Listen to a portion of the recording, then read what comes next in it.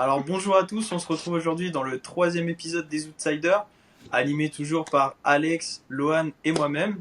On se retrouve aujourd'hui du coup pour parler un petit peu des méthodes d'entraînement et légèrement de la programmation. Donc voilà, ça va être le thème du podcast. Avant de commencer, je vais vous demander comment ça va et comment ça se passe l'entraînement en ce moment. Lohan, tu veux commencer ou je commence? Moi, je peux commencer si t'as plus de choses à dire que moi, je pense. Ouais. Moi, ça va pas, je suis malade à crever. Non, ouais, je suis bien malade, heureusement, ça tombe sur une semaine de déload. Enfin, heureusement, non, parce que plus on pratique le sport, plus on savoure les déloads. Ouais, Et je sais que je vais pas être récupéré à 100% de mes capacités à cause de cette petite maladie, mais bon, on réattaque fort la semaine pro. Et écoute, tout s'est bien passé dans mes semaines de bloc. Et toi, Alex, du coup? Bah moi ça se passe bien en soi hein, parce que dernière semaine de picking, je pense que maintenant ça se voit avec Instagram avec la petite série de vidéos, instant promotion. Non mais non ça se passe bien, dernière semaine de picking. Il me reste, à l'heure où on tourne le podcast, il me reste une séance squat dips. Après c'est taper pour tout envoyer le jour J quoi, tout simplement. Donc ça se passe plutôt bien, fin de semaine un peu mal foutu aussi. Après il y a la maladie qui tourne. Rhume, mal de gorge, etc. Mais c'est pas une excuse, on va aller au charbon quand même, hein. et au niveau perf, t'en es où un peu au niveau du picking là, t'arrives à quoi comme perf Picking, alors si on fait le bilan fin de semaine, MU je suis à 7,5, traction je suis à 42,5, dips je suis à 77,5 et squat du coup je l'aurais déjà passé au moment où ça sortira, mais sinon c'est demain 150 au squat. Ce qui me Ok. fait un total à 277,5. Et la dernière fois que j'avais fait un total, c'était à la Esquad en janvier. J'étais à 256,25. Ok. Et sur le taper, tu vas réduire l'intensité au squat ou tu la gardes, tu réduis juste le volume? Bah, on verra la prog, Ouais, ça va être la prog. monsieur le coach, mais ouais, je pense qu'on va quand même diminuer globalement parce que nerveusement, je suis bien fatigué. Quand même, là, ça a été très éprouvant, ce picking. Et ouais, je pense que ça va, volume, intensité, ça va baisser. Ah, puis si t'es malade, en plus, ça joue un petit peu sur les perfs. Va Mm. falloir récupérer à fond et normalement, ça va le faire. Bah, déjà que j'optimisais tout ce qui est récupération, alimentation, etc. Là, une semaine de taper, ça va être suroptimisé. C'est clair. Je veux vraiment Et, performer, donc et le petit Benoît, comment il va sinon aussi? Bah, moi, écoute, ça va. Là, je viens de finir une séance d'haltéro dans la formation. Et là, du coup, j'avais ma séance cet après-midi, c'était push. J'avais du coup dips et squat. Et en vrai, ça se passe plutôt bien. Le squat, il monte bien.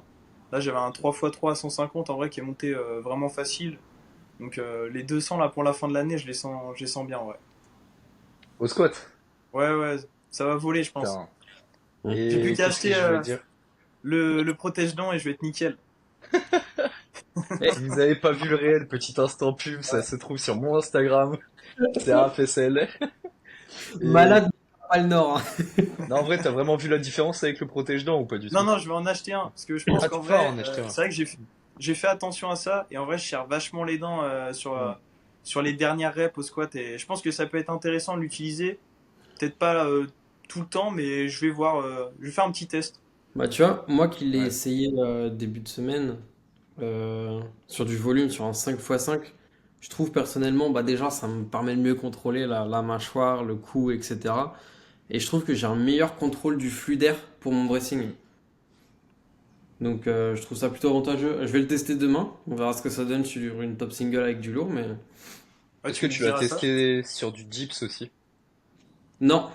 Parce que sur Ouais. le dips, moi je le recommande aussi, enfin je l'avais recommandé dans mon réel parce que c'est deux exos, le dips et le squat dans le push de toute façon, qui vont te mettre vachement en tension au niveau de ta mâchoire. Enfin Bah, plus on que va le dire traction muscle up en tout cas. qu'aujourd'hui, sans plus mettre en application le protège-dents uniquement sur le squat, étant Mm. donné que je viens tous de l'acheter et de l'intégrer, si je commence à l'utiliser le jour de la compétition sur les Mm. dips, Ouais, c'est sûr. j'ai pas envie de changer ça en me disant, en y pensant, etc. Ouais. Ça change d'autres choses, donc je préfère le faire après, focus comme c'est aujourd'hui, techniquement, et voilà. Ouais, Mais puis ouais, pour pas que Totalement. ça te change tes habitudes. Parce que Mm. si t'es perturbé juste avant ta compète, c'est pas terrible, terrible. Vaut mieux le mettre après. Ouais, c'est bah, sûr. C'est étant vrai donné que. au dips, c'est comme les squats, c'est des mouvements de poussée, et c'est vrai que tout ce qui est flux d'air, c'est hyper important, même contraction de la mâchoire, on le sent sur les deux, enfin, c'est Bah, quelque c'est chose pour ça d'important, que quoi. sur le squat, je le mets, là je l'essaye. Étant donné que le squat, je vais me tester fin juin normalement, pour bien tout agencer. D'ici là, j'aurai le temps de prendre l'habitude et envoyer patate dans un mois. Ok, ok. Et Bon. peut-être avant de commencer, Benoît, FNSL Esport, peut-être en octobre? On va voir ça, du coup.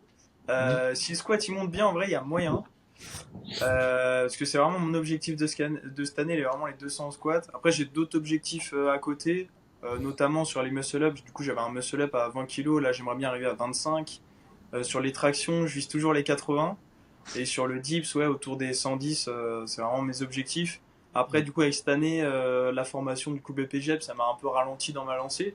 Mais je taffe toujours dessus et j'arrive toujours à progresser un petit peu de temps en temps. Enfin, de temps en temps, en chaque fin de bloc, je progresse. Mais c'est des moins gros paliers que si Hmm. j'étais en dehors de la formation, quoi. Donc voilà. Donc on verra ça, Ok, ok. En temps et en bientôt. heure. Ok. C'est ça. Du coup, on va commencer par la première question. On va faire à chaque fois donc un format, une méthode d'entraînement. On va débattre dessus, les avantages, les inconvénients, le définir un petit peu pour ceux qui connaissent pas. Et voilà, on va faire un petit tour de table. Du coup, on va commencer par le premier. Du coup, ça va être le format EMOM, qui est assez connu du coup en street lifting. Je vais laisser chacun débattre. On va commencer par Lohan. Si tu peux nous définir du coup ce que c'est le format EMOM. Le EMOM, j'ai plus le terme exact, mais en gros, c'est toutes les minutes, il faut faire une rep. Donc, c'est un format qui est beaucoup utilisé, notamment au MU, notamment de toute façon aussi en traction, ça dépend des blocs, ça dépend des objectifs de chacun, évidemment. Mais c'est un format qui permet d'accumuler du volume relativement rapidement quand même. Et ce format, moi, ce que j'aime bien, en tout cas, au niveau des prog avec, c'est qu'il permet de s'appliquer sur la technique. Après, ça dépend si vous le programmez en primaire, secondaire, tertiaire, etc. Bref. Mais en tout cas, si vous le programmez en tertiaire ou en secondaire, sur un athlète, ça va lui permettre de se concentrer sur des détails techniques, du style timing de tirage, du style appliquer son strong grip, ou encore la transition, etc. Donc moi, en tout cas, enfin là, je prends l'exemple du MU, évidemment. J'ai aussi un mec de ma team qui s'appelle Soufiane qui a un bloc de volume. Et ce bloc de volume, il fait énormément de dips et de traction en IMOM. Ok. Donc ça dépend des profils. Lui, je sais qu'il réagit bien à ça. Moi, je sais que personnellement, je me le progrès pas à moi parce que le IMOM, c'est bien en tertiaire, comme j'ai dit, pour que je m'applique sur ma technique. Mais voilà. Donc lui, Et il ce que fait les j'en pense, trois. c'est que ouais, il fait les trois Excuse-moi, vas-y. mouvements en IMOM. Ok. Enfin après, il a d'autres choses du style des four time, etc., etc. Mais il travaille beaucoup sur des formats IMOM. Ok. Et bref, c'est une variante que je recommande débutants, intermédiaires, expérimentés, peu importe. Et surtout dans les blocs de volume, c'est très bien intégré, je trouve. Ouais, l'approche d'une compétition peut-être moins intéressant parce que c'est vrai que Mm, c'est plus pour du volume. Mais, totalement. euh, mais ouais, même pour des formats d'endurance, c'est vrai que ça peut être vraiment intéressant à travailler, quoi. C'est vrai que j'en ai pas parlé, mais ouais, c'est bah de toute façon, je l'ai vu à Montgeron à la compète d'endurance. Il y avait pas Bon, mal d'athlètes. Ouais, ouais, j'ai bugué plus tard dans ma vidéo. Il y a pas mal d'athlètes qui se prog avec des IMOM en endu. Bah, en temps normal, les mômes, de toute façon, c'est beaucoup pour de l'endurance, hein. Ouais. C'est surtout utilisé dans ce monde-là, je trouve. Ah, c'est vraiment pour accumuler un max de volume en un temps donné. Et souvent, c'est pour ceux qui aiment pas les temps de récup trop longs parce que il me semble les mômes, c'est sur 1 minute de passage, tu dois Mm. faire tes répétitions et le reste de la minute, c'est ton temps de pause. C'est ton temps de pause, ouais.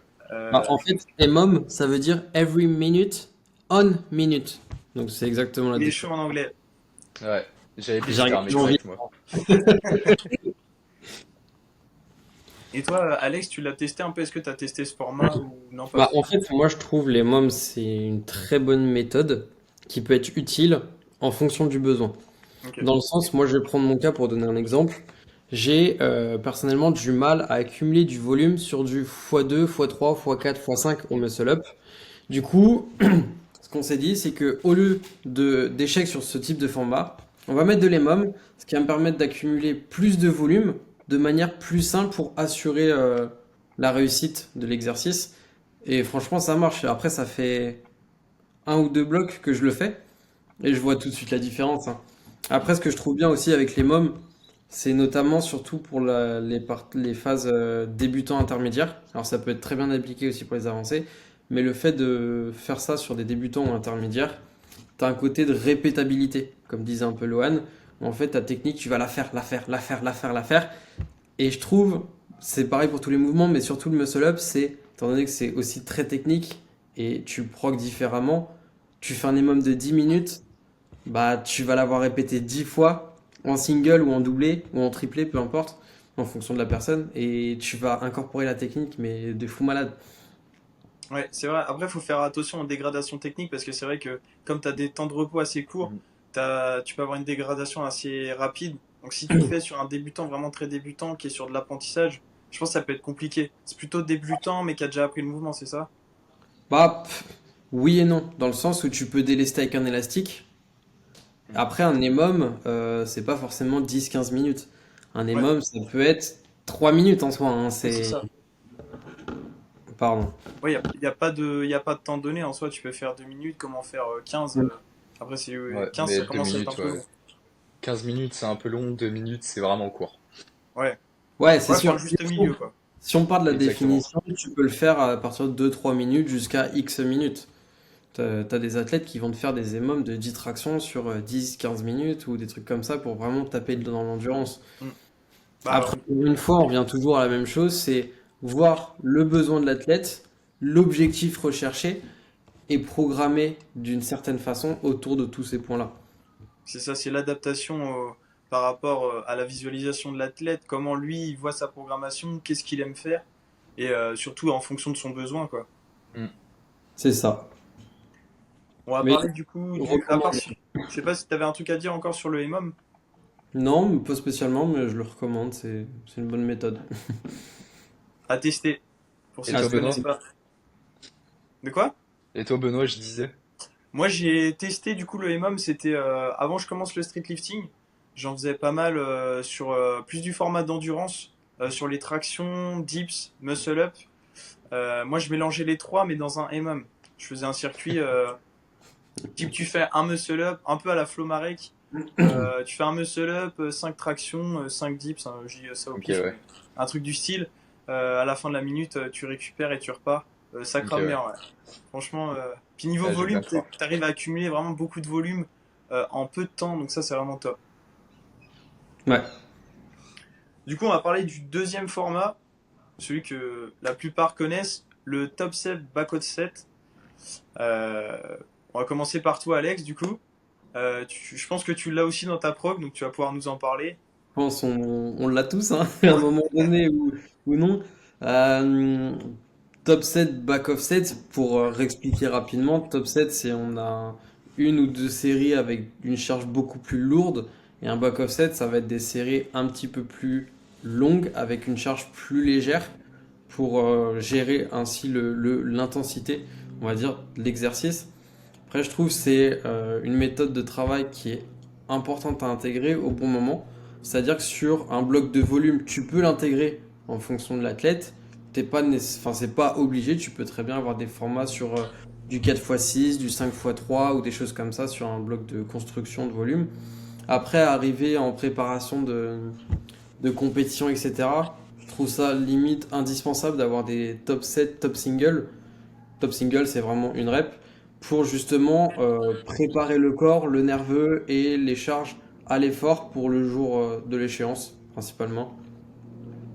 Un petit peu globalement, après, je trouve que c'est dans le monde de la force, si on prend street lifting et même force athlétique, power, c'est vraiment un indispensable, un incontournable dans toutes Un les basique. programmations et tout pratiquant on a mangé. Lohan, toi, t'en penses quoi? Moi, je vais pas revenir sur ce qu'a dit Alex parce que je suis plutôt d'accord. Je vais juste attaquer peut-être sur l'aspect nerveux en tout cas. Quand Ouais. tu pars sur du volume, il y a beaucoup de gens qui se prog en se disant volume égale je vais faire des 5x6, des 4x8, etc.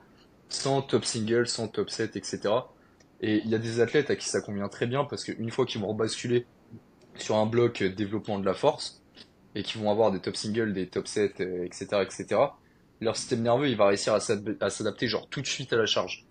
Hmm. Il y en a beaucoup pour lesquels c'est pas du tout le cas. Donc je peux recommander de temps en temps de laisser des top, surtout des top 7. Je préconise moi en volume. Exemple, un x3 aux tractions avant un 3x6 ou peu importe. Là, je vous donne un exemple comme ça. Mais ça va permettre à l'athlète déjà de, un, savoir où il en est. Si c'est quelqu'un qui est très stressé par rapport à ses perfs, etc., etc., ça peut le rassurer. Et surtout, ça permet à ce que ton système nerveux il continue de s'habituer à une charge. C'est beaucoup fait en force Ouais, athlétique notamment, mais en vrai, c'est bien dans ces blocs de volume de garder des top sets sur certains mouvements pour faire en sorte d'avoir le nerveux qui reste habitué à des grosses charges et que tout simplement t'appréhendes pas tes charges déjà sur un bloc de développement de force de un et de 2 à ce que tu saches où t'en es tout simplement. ouais, exactement. En vrai, c'est utile que ce soit sur des blocs plutôt éloignés d'une compétition ou à l'approche d'une compétition. Ça permet de maintenir des charges hautes, comme tu l'as dit, et vraiment s'adapter à pas trop relâcher parce qu'on sait que si on Mm. lâche trop des charges, il y en a qui peuvent se désadapter Mm. des charges lourdes et avoir plus de difficultés à remonter. Faut savoir aussi que le top 7, back off set, au niveau physiologique, sur le top 7, on va mettre plus lourd. Du coup, on va recruter un maximum de fibres. Donc, le système nerveux, il va aller chercher vraiment Mm. un maximum de fibres. Et du coup, sur les back off set, on va avoir du coup toutes les fibres qui vont être bien recrutées donc d'avant et qui vont pouvoir être utilisées donc sur les séries d'après. Donc, ça, c'est vraiment intéressant. Donc, ça s'appelle la potentiation. On vient recruter un maximum de fibres au début et ensuite on enchaîne. Ça permet de toujours les utiliser sur la deuxième série, quoi. Ouais, mais je trouve en plus, même ce qui est bien de faire ça, c'est sur le côté mental. T'as un peu introduit la chose, Lohan, dans le sens où t'as pas d'échéance, t'es quelqu'un, tu bouffes que du volume sur 4 5 blocs. Au bout d'un moment, c'est frustrant de faire que du 4x6, du 4x7, du Mm. 5x4, du 6x3. Au bout d'un moment, tu veux monter les charges, surtout que si tu fais 5 blocs de volume que sur des formats comme ça, bah certes, tu vas avoir des petites améliorations au fur et à mesure de tes blocs sur tes formats, hein, prendre 1,25 kg, 2,5 kg, 5 kg, enfin en fonction des personnes. Mais au bout d'un moment, tu te dis, putain, c'est des charges qui, en soi, je fais 8 reps dessus, mais qu'est-ce que je veux, quoi. Et Mm. ça Et de toute peut devenir façon, frustrant. Donc c'est pour ça qu'il faut, si t'es coaché ou quoi, c'est d'en parler avec ton coach, etc. pour vraiment intégrer ça, parce que des fois, ouais, ça peut être frustrant. Et après, on fait un sport où aussi, on veut chercher à pousser lourd ou tirer lourd. Donc C'est ça. forcément, c'est... surtout que ce qui nous nourrit au final, nous, dans ce sport-là, ouais, c'est comme tu dis, c'est de pousser lourd et de se rapprocher de plus en plus du format 1 RM. Mm. Donc, moi, je comprends totalement qu'on veut optimiser l'entraînement en se disant, cet athlète-là, il a pas de compétition avant longtemps, il réagit bien au volume, et ben, je vais lui faire bouffer que du volume, zéro top 7, rien. Mais le problème de ça, c'est qu'en dehors de l'aspect envie de performer et envie d'optimiser l'entraînement à fond pour faire performer l'athlète à une échéance, bah, il y a le côté amusement aussi, comme tu dis, où c'est vrai que sinon tu t'y retrouves pas si tu bouffes du volume pendant 6 mois. T'as pas un top 7, un top single où j'en passe, ah, tu vas te dire où j'en suis, quoi. Et en fait, le but de ce sport, c'est de s'amuser aussi et de se tester mine de rien sur des charges lourdes. Donc moi j'adore les top 7 et je marche énormément avec ça, avec mes coachés, que ce soit en volume ou à l'approche d'une échéance. Ah, surtout que ça peut être bien dans le sens où des fois, il y a des... Je vais pas forcément mettre les compétitions FNSL premier pas, France, Espoir ou quoi que ce soit, c'est parce que ça, entre guillemets, on connaît les périodes de quand ça va être globalement. Mm. Mais si tu prends les petits mock meet qui sortent par là de temps en temps et que t'as un athlète qui cherche pas forcément de la compétition mais qui veut avoir une expérience, qui veut se tester, bah au moins le fait de garder un peu des top 7 par-ci par-là dans ta programmation, ton athlète il est déjà préparé. Parce que s'il fait que du volume et puis que oh bah dans un mois il y a un mock meet, bah vas-y Mm. on le fait. Bon bah en fait du coup faut basculer sur un bloc de transition, faut Mm. rajouter des top 7 puis après passer sur des top singles. Mm. C'est ouf, Ouais, c'est soudain. Ouais, clairement. Puis ça se faire, ouais. après, c'est surtout qu'on peut les mettre partout. C'est vraiment un truc que tu peux utiliser, Mm. que ce soit sur les muscle-up, sur les tractions, sur les dips. C'est vraiment un truc que tu peux mettre partout. Et si par exemple t'aimes vraiment charger sur que les tractions, mais les autres t'aimes bien bouffer du volume, bah tu peux te faire un top set, back off set sur des tractions et les autres plutôt bouffer du volume, quoi. Mm. Après, vigilance, c'est pas parce qu'on veut mettre du top 7 ou du top single dans sa programmation avec des back-off qui sont plus légers que le top 7 qu'il faut nécessairement être RPE 9 ou 10, hein. Non, c'est Ouais, sûr. faut travailler aussi à RPE plus bas, hein. C'est Ouais, non, mais... Parce que souvent, je pense, en discutant avec certaines personnes, on dit top 7, oh, c'est là où tu vas donner ton maximum. Non, c'est une programmation.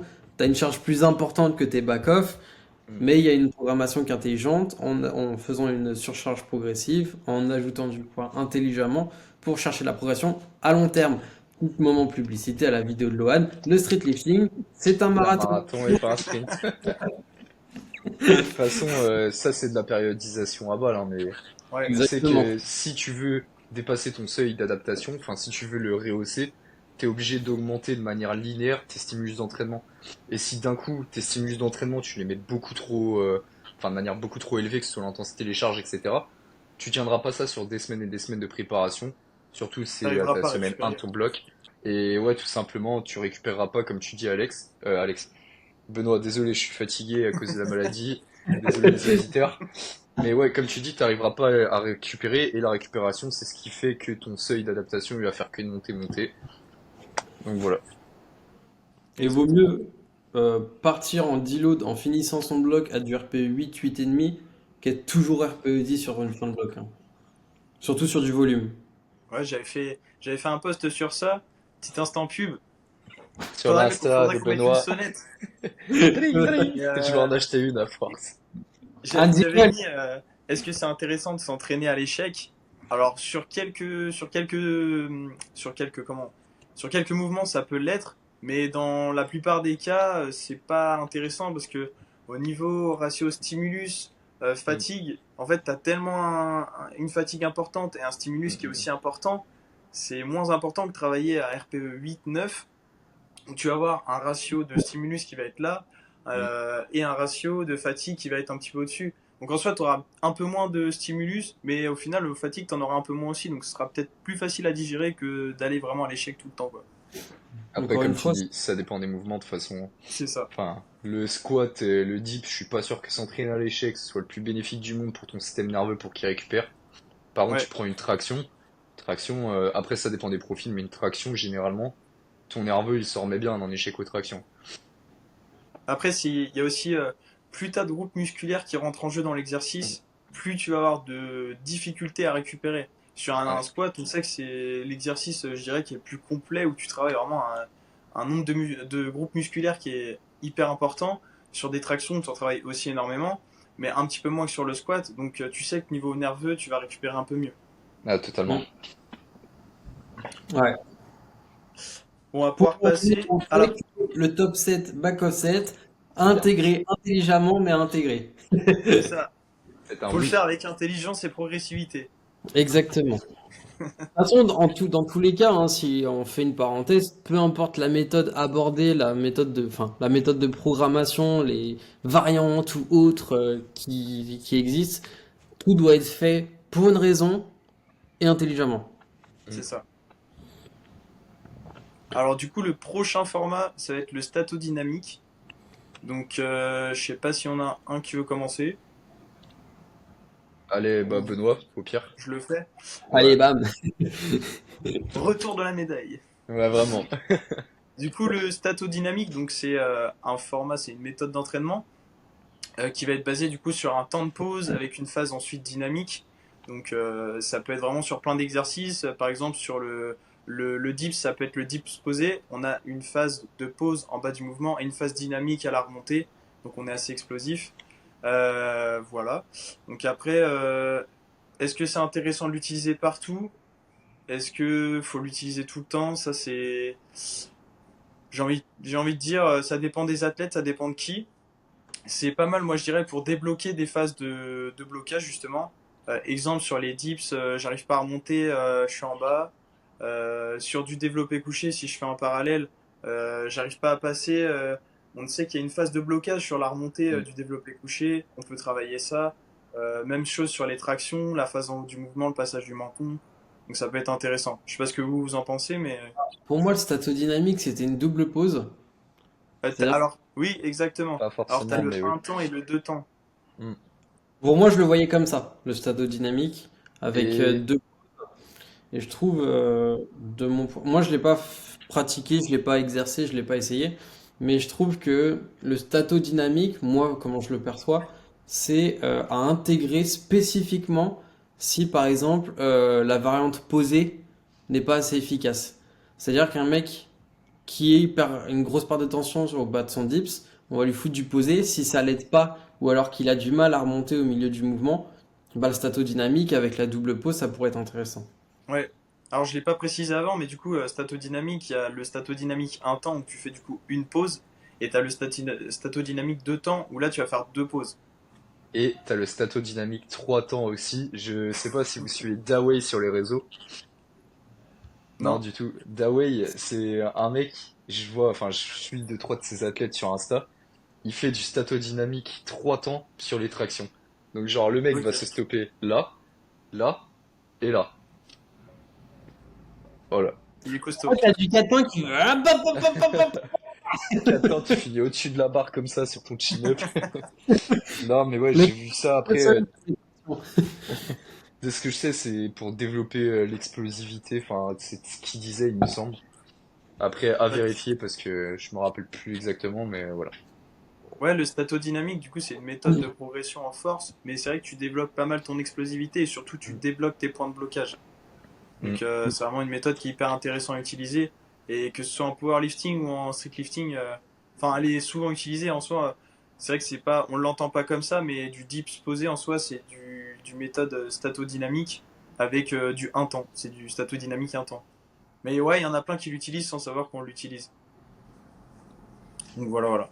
Totalement. Est-ce que vous aviez d'autres choses à dire sur le statodynamique? Pas spécifiquement, après le Non? 1 ton, comme tu as dit, c'est un indispensable, hein, le poser, surtout Ouais. quoi, pas forcément sur du muscle-up parce que je vois pas trop comment le faire, mais dips, traction, squat, c'est un classique, hein. Et Mm, mm, mm. du coup, ouais, ça va permettre, si on essaie de développer, du coup, qu'est-ce que va permettre de ces phases de poser, que ce soit sur le dips, traction. Garder l'attention, focus le gainage, la technique. Ouais, c'est ça. Enfin, Principalement. principalement, ça va être maintenir une tension en bas du mouvement, que ce soit en haut sur les tractions, et, euh, et faciliter sur des charges plus lourdes ce passage qui est souvent plus difficile.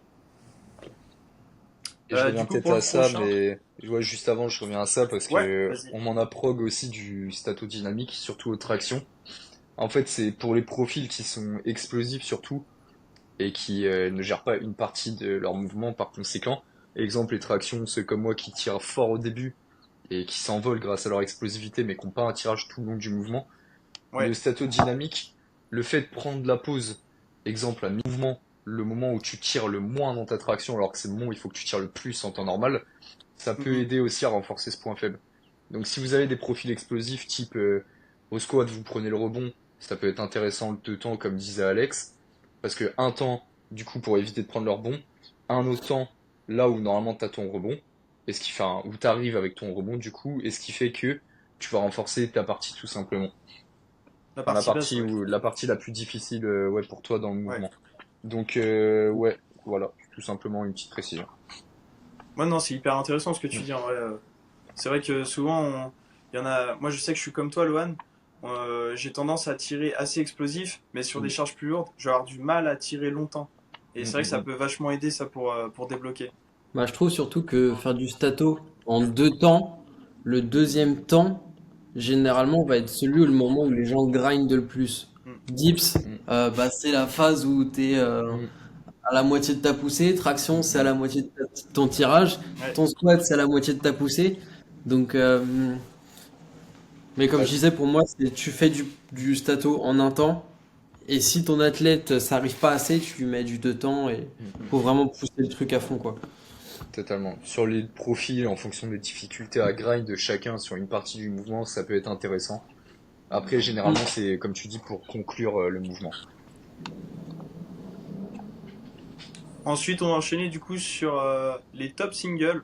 Ça, tout le monde est passé par là, c'est sûr. Alex, il doit être pile dedans en ce moment-là. Oh oui. Je fais que d'en bouffer. Je sais pas qui veut commencer par en parler. Top single, peu importe, mais ça revient avec ce qu'on disait sur les top 7 et les back-off. C'est juste que c'est sur une rep. Ouais. Mm. Principalement, moi je trouve c'est pour préparer une échéance ou pour se tester. Ouais. Échange, je dis soit compétition, soit un jour J où on se teste sur les mouvements. Mais là, on met focus technique, prépare le nerveux. Mm. Je vous parle en séquence de coach. On prépare le nerveux et pour le jour J, quoi. Pour vraiment être typiquement dans les conditions réelles, quoi. Mm. Et moi, ce que je conseille, c'est quand on fait du top single, faire au maximum format compétition. C'est-à-dire, soit on demande à quelqu'un, soit on se l'imagine, mais on fait le start, le box, pour vraiment se mettre en condition, quoi. Parce qu'arrivé le jour J, hop, j'ai fait ma single, ah j'ai fini, trop bien, bah t'es no rep, bah pourquoi? Bah t'as pas écouté les ordres. Ah bon? Ouais, c'est ça, standardiser au maximum ses répétitions pour que le jour de la compète, tu sois pas surpris en mode ah ouais, tiens, j'ai pas entendu le start, je suis parti, puis Mm. je me suis cramé parce que j'ai remonté et au final, Ouais, bah, elle est pas valide quoi. ouais, ouais. Donc, toi, Loan, t'en penses quoi sur le top single? Tu Moi, l'utilises en ce moment ou pas non, trop? en ce moment, je l'utilise pas du tout. Ah, quoique. Je l'ai conservé parce que moi aussi, je sortais du coup de la FNSL Grand Ouest 4 mouvements. Et j'avais prévu de faire une grosse prise de poids. Donc, ce qui fait que j'ai pris 7 kilos depuis la FNSL Grand Ouest, ce qui est pas mal. Ouais, Ouais, Ah, ouais. solide. Beau bébé, 7 kilos en 7 semaines d'ailleurs, 1 kilo par semaine. Et en fait, mon tirage, c'est la première fois que ça m'arrive de prendre autant de poids, sachant que j'étais en déficit calorique depuis un très long moment. Et je savais pas comment mon pool allait réagir. Parce que le push, on sait tous que quand on prend du poids, c'est plus facile. Ouais. Le pool, j'appréhendais un peu. Donc j'ai laissé du top 7 ou enfin du top single, pardon, où j'ai commencé relativement bas sur le MU et sur les tractions et je gérais mes incrémentations en fonction de comment tout simplement mes RPE évoluaient. Et l'avantage que j'ai eu à faire ça, c'était, comme on le disait pour les top 7 en volume, c'était tout simplement de voir où j'en étais et à quel point, du coup, ma prise de poids impactait mon pool pour mieux me programmer par la suite. Parce que si je prévois de rester dans une KT supérieure, par exemple, bah, le truc c'est comment ça va évoluer sur du long terme. Est-ce que, au lieu d'avoir une traction à 72,5, comme je l'ai eu à la FNSL Grand Ouest, bah là, est-ce que je suis pas à 67,5? Donc, je ne dois pas prévoir les mêmes charges de travail pour mes blocs de volume, donc j'ai conservé des top singles. Chose que je ne refais pas à mon prochain bloc post-déload parce que je vais passer au top 7 du coup, maintenant que je sais où j'en suis. Mais voilà, tout simplement, moi, je m'en suis servi des top singles, ouais. Après, je m'en sers plus en compétition, bien programmer ses incrémentations, etc. sur une phase de picking notamment. Mais je suis d'accord avec Alex, ce qu'il a dit, je vais éviter de le répéter parce que c'était très bien dit. Et toi, mon Je pense Ben? que peut Ah, faire, avant que tu te laisses parler, avant qu'on Benoît. laisse la parole à Ben. Non, mais je pense que ça pourrait faire un très beau sujet de podcast. Comment gérer son poids en fonction de sa KT, du pull, du push, etc. Parce que je pense il y a matière à dire. Et Ouais, c'est pareil, je voulais surtout, ouais. rajouter un truc sur ce que t'as dit, Loan. Mm, Souvent, à une compète, on a une perf donnée, mais cette perf-là, on peut pas la maintenir toute l'année. mm, C'est quasiment impossible parce que du coup, on a des variations de poids, on a des variations de forme. ouais. Et là, c'est surtout, on est sur de la préparation spécifique où on a créé toute une programmation autour de ça. On a eu un picking qui est vraiment pour optimiser la performance au maximum. Et oui, on atteint une performance qui est là, mais si je la refais dans 2 semaines, c'est peut-être pas possible que je puisse Mm, la mm, refaire, mm. quoi. Ouais. Ouais, Donc, totalement. C'est pour ouais, ça que ouais, je rejoignais Alex totalement sur ce qu'il disait par rapport aux compètes. Enfin, c'est vrai qu'il y a beaucoup d'athlètes qui vont perdre du poids plutôt que prendre du poids avant une compétition, ce qui paraît pas très logique, mais bon. Soit, et c'est vrai que quand tu perds du poids, tu vas avoir un déficit calorique, ça c'est la nutrition de la force, c'est typique. Mais moins de glucides, ou déficit calorique égale baisse des performances, et même baisse du poids égale tu vas pas t'y ouais, retrouver baisse au squat d'énergie, et au hein. dips. Ouais. Donc ouais, je te rejoins totalement Benoît là-dessus. C'est vrai que, enfin, c'est pour ça que c'est indispensable les top single avant une compétition. Et c'est vrai que c'est hyper intéressant tout ce qui est euh, nutritionnel, que ce soit sur la préparation physique ou quoi. Parce que oui, si tu diminues tes glucides, certes, tu vas perdre du poids. Enfin, ça dépend si ton apport en lipides et en protéines Oui. va dépasser ton apport calorique journalier. Mais si ton taux de glucides diminue trop, il faut savoir que ta source d'énergie principale, ça va être les glucides. Donc plus tu vas le Mm. diminuer, moins tu vas avoir d'énergie sur tes séances. Donc ouais, c'est un truc à bien comprendre comment ça marche avant de faire un petit peu des tests n'importe comment, quoi. Vous, par curiosité, quand vous avez fait vos compètes, c'était quoi votre... Enfin, moi je le sais personnellement, mais votre catégorie, votre poids? au moment de la compétition pour voir un petit peu comment vous remplissez la KT? Moi, j'étais à 72. En général, il y a une première enfin, la FNSL Grand Ouest que j'ai fait l'année dernière, j'avais 6 kilos de trop au début de la semaine. Donc, j'ai dû perdre 6 kilos en une semaine. Donc vraiment, j'allais dehors avec un gros pull, on était en plein été, j'allais marcher pendant je sais pas combien de temps, j'essayais de boire au max, enfin éviter tout ce qui est fibres, comme les légumes parce que ça fait énormément de Mm. rétention d'eau au niveau de l'intestin. Il y avait plein de trucs comme ça que je mettais en place et ça a été la galère. Au final, je suis arrivé, certes, par contre j'étais cramé, HS, j'étais ouais. cuit quoi. T'as fait un water cut? Non, vraiment, je suis pas allé dans le bain, j'ai pas fait. Ok. Et Enfin, j'ai pas fait ça. process de food mass, t'as fait aussi ou pas du tout? Pas non plus, non. Ok, Non. Toi, c'est ce que ok. t'as fait? Non, du tout. Moi, justement, depuis octobre, à la compétition où on s'est rencontrés, enfin au FNSL Grand Ouest Dips et Traction Only à l'époque, j'avais juste fait un déficit calorique tout l'été parce qu'en fait, je sortais d'une opération où je me suis pris une prothèse dans le bide et j'ai perdu Ok. énormément de poids avec ça. Et ce qui fait que, bah, je sais plus à combien j'étais. Ah, si, si. J'avais fait une compète juste avant, j'étais à 76 kilos. Post-opération, je suis descendu à 72, 71 et demi, un truc comme ça. Donc c'est quand même pas déconnant. Ce qui fait que comme je savais que j'avais la compète et du coup je voulais voir où j'en étais après mon OP en octobre, j'ai j'ai juste gardé un déficit calorique. Je suis arrivé au poids le jour J, pas de galère. Pour la squad, je me suis dit que j'allais rester à peu près à ce poids-là en janvier, là où j'ai rencontré Alex. Donc l'erreur que j'ai fait, c'est de rester en déficit calorique pendant super longtemps. Je me suis dit après la escouade chill, mais non, parce qu'après la escouade, il y avait la FNSL Grand Ouest 4 mouvements. Bon, j'étais à 74, autant rester en déficit calorique. Ce qui fait que ouais, j'ai tenu 8 mois en déficit calorique, mais là, la prochaine fois, pour répondre à ta question, Alex, si je dois, si je dois gérer mon alimentation ou quoi, sachant que je suis haut en poids, j'essaierai de descendre à 76 et après je fais un water cut pour les 3 kilos qui me restent. Ok. Avec Alors, food mass, évidemment. les water cuts, c'est intéressant, mais après, niveau déshydratation, c'est quand même intense. Et on sait que l'hydratation, c'est un des principaux points pour la Mm, performance. Donc, plus t'es déshydraté, plus ça va être compliqué. Donc, c'est un truc à bien gérer, bien doser. mm, Moi, je suis pas forcément pour, mais après, ça, c'est chacun. Faut bien le faire en vrai. Si c'est mal fait, je pense que tu peux que te rater à la perf. mm, Au compète. Mais si c'est totalement. bien géré, que tu sais comment faire ton truc, pourquoi pas. Ça Ouais. dépend vraiment de l'échéance. Genre, si c'est une échéance qui est vraiment importante et que j'ai vraiment envie de performer, ouais, je le Ouais. ferai. Mais sinon, non, je ferais pas de water cut pour. Voilà, s'il y avait les Grand Ouest 4 mouvements demain, ou bien si je devais participer avec Alex au Only, je serais resté en moins de 80. Parce que de toute façon, il Ouais, faut c'est que je ça. construise de la force sur ce poids-là, donc pas de choix.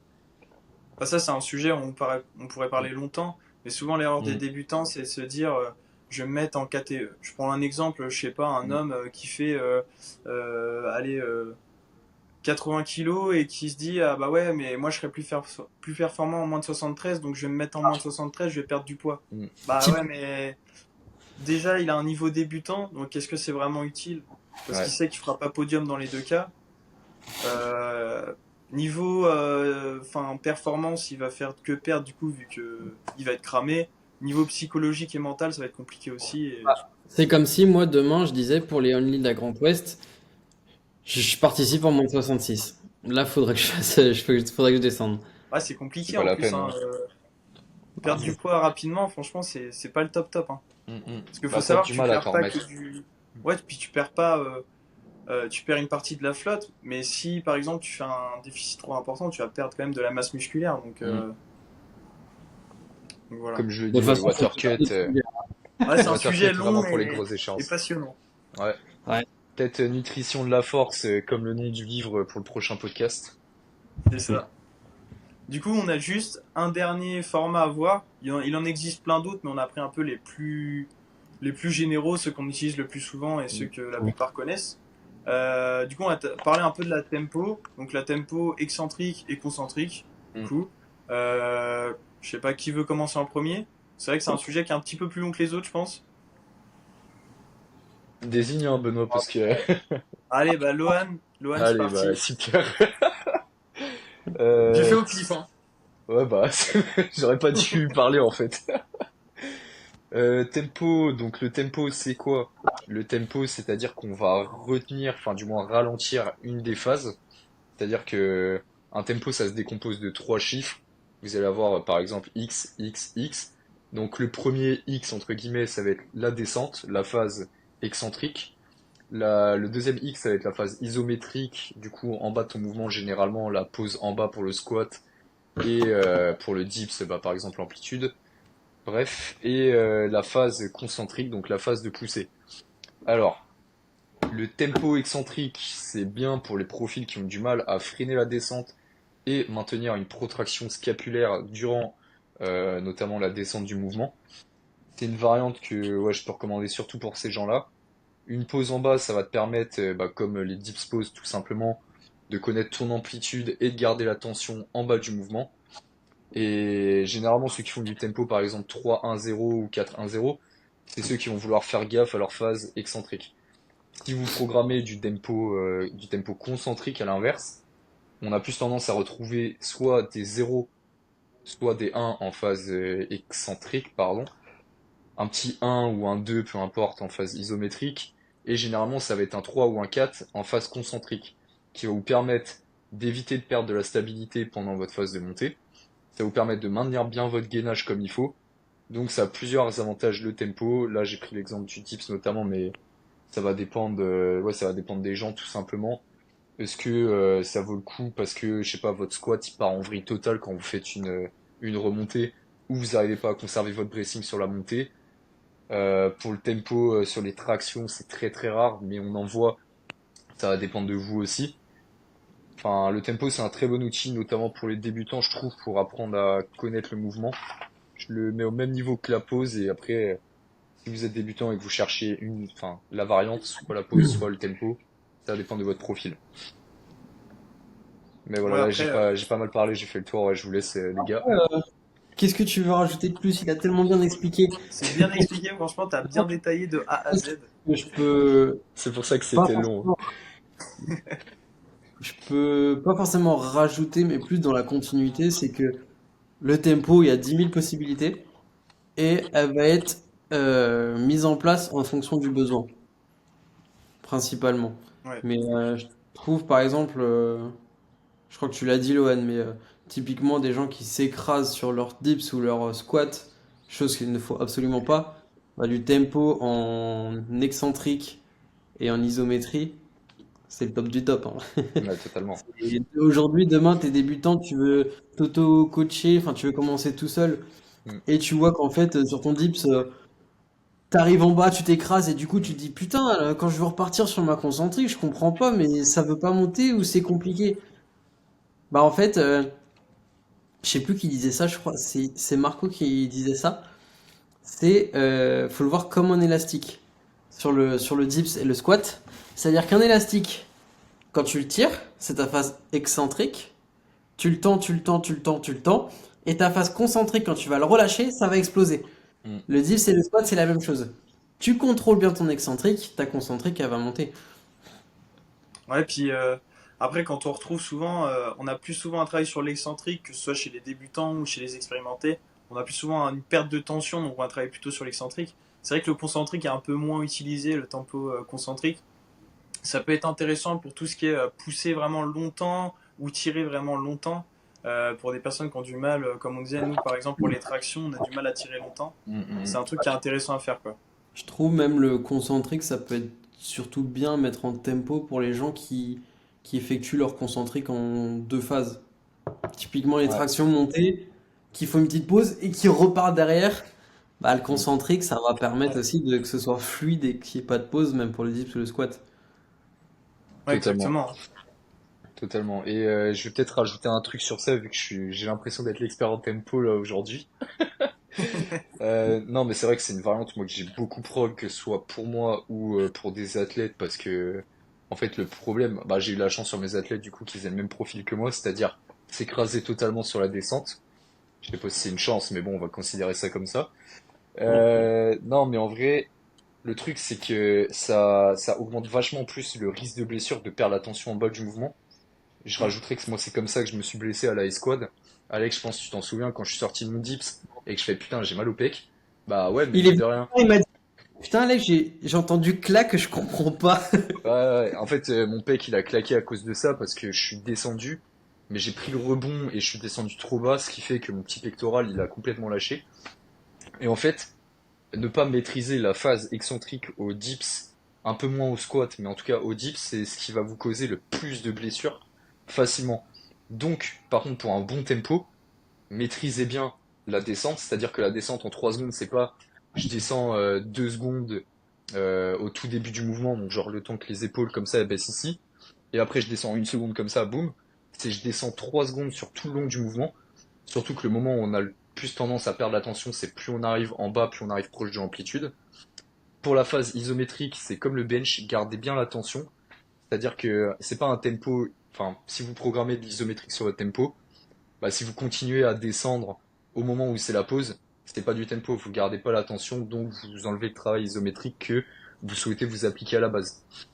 Et puis Ouais. pour les phases où vous programmez du zéro, l'intention c'est de mettre de la vitesse aussi, c'est-à-dire que si c'est du tempo 3, 1, 0, je descends en 3 secondes, je fais l'isométrique sur une seconde, mais je veux remonter vite quand même. Ouais. Puis si je peux rajouter, Mm. moi par exemple au squat, ce que je peux voir souvent et même ce que j'ai eu il y a pas si longtemps, il y a 2 3 ans, c'est que j'avais au squat, donc je faisais du tempo, tu descends en tempo, donc tu as la phase excentrique par exemple, je vais dire une bêtise, c'est du 4 secondes, avec une pause de 2 secondes en bas sur la phase isométrique, mais faut repartir vraiment à la phase de blocage isométrique, c'est-à-dire je fais pas un petit rebond une fois que j'ai terminé la phase isométrique et hop je repars. C'est vraiment tu repars de ta phase de blocage au niveau de où tu as bloqué à la phase isométrique et tu repars direct. Il n'y a pas une redescente de tes hanches sur ce Typiquement, mouvement-là. Totalement typiquement, d'accord. ce qu'on peut dire, c'est que au moment de l'isométrie, c'est quand vous vous filmez, vous regardez la vidéo, et au moment de la pause, faut vraiment avoir l'impression que c'est une photo. Mm. C'est C'est faut ça. être solide, faut pas bouger. Tout Totalement. simplement. Si tu vois qu'il y a un mouvement, tu descends, tu remontes, il y a un rebond ou quoi que ce soit, ta pause elle est pas bonne. Il faut la Mm. travailler. Après, je vais Totalement. juste faire un petit rappel parce que je sais pas si tout le monde connaît ce que c'est, parce que c'est vrai qu'on a parlé de l'isométrie, mais je sais pas si les débutants connaissent ça. Donc l'isométrie, c'est vraiment que Mm. les deux segments osseux ne bougent pas, c'est maintien fixe, et les fibres musculaires, il n'y a pas de raccourcissement ou d'allongement des fibres musculaires. Vraiment sur un temps de pause au niveau musculaire. J'ai un petit rappel au cas où s'il y a des débutants qui connaissent pas le. Ouais, Donc, ce totalement. qu'est l'isométrique, c'est un petit peu le moins connu des trois, on va dire. Ouais, On peut c'est sûr. l'assimiler à du statique, entre guillemets, C'est ça, ouais. pour que ce soit plus compréhensible Ouais. sinon. Et généralement sur le traction, le dips et squat, ça correspond au mouvement où on valide ta répétition. Genre Yes. pour l'isométrique, la traction, t'es en haut, t'as le menton au-dessus. Le dips, c'est généralement t'es en bas, t'as l'amplitude. Et également pour le squat. Mm. Et souvent, l'isométrique, c'est comme l'excentrique, c'est les phases où tu peux davantage te blesser. Tu Mm, vas rarement te blesser sur du concentrique. mm, C'est vraiment les phases excentriques et isométriques où là, tu peux vraiment te blesser, que ce soit bah, toi comme Lohan sur le dips, mm, mm, mm. que ce soit sur du squat, mais sur des tractions, on se blesse rarement en tirant, quoi. Enfin, souvent, Oui, tu vas te c'est blesser sûr. au niveau d'une articulation où tu auras un muscle mal renforcé, mais Mm. ce sera pas sur vraiment du concentrique en soi, quoi. Non, c'est sûr. Donc voilà, est-ce que vous êtes chaud pour commencer le petit jeu? Let's go. Vamos. Je suis chaud bouillant. Le petit classique à chaque fin. Du coup, le petit jeu, ça va être un tu préfères. Je vais vous poser deux questions. Type, tu préfères le dips ou les tractions? Je vais poser, donc je vais commencer par une personne, vous allez me dire, et comme ça va permettre d'un peu mieux vous connaître. On se connaît par cœur tous les Vamos. trois, les gars. On se connaît Arrêtez. par cœur, on est comme des fous. Alors, on va commencer par Alex. Est-ce que t'es prêt?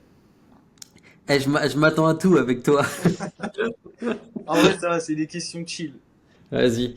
Est-ce que tu préfères un 4x4 aux tractions ou un 4x4 aux dips? Aux tractions. Aux tractions.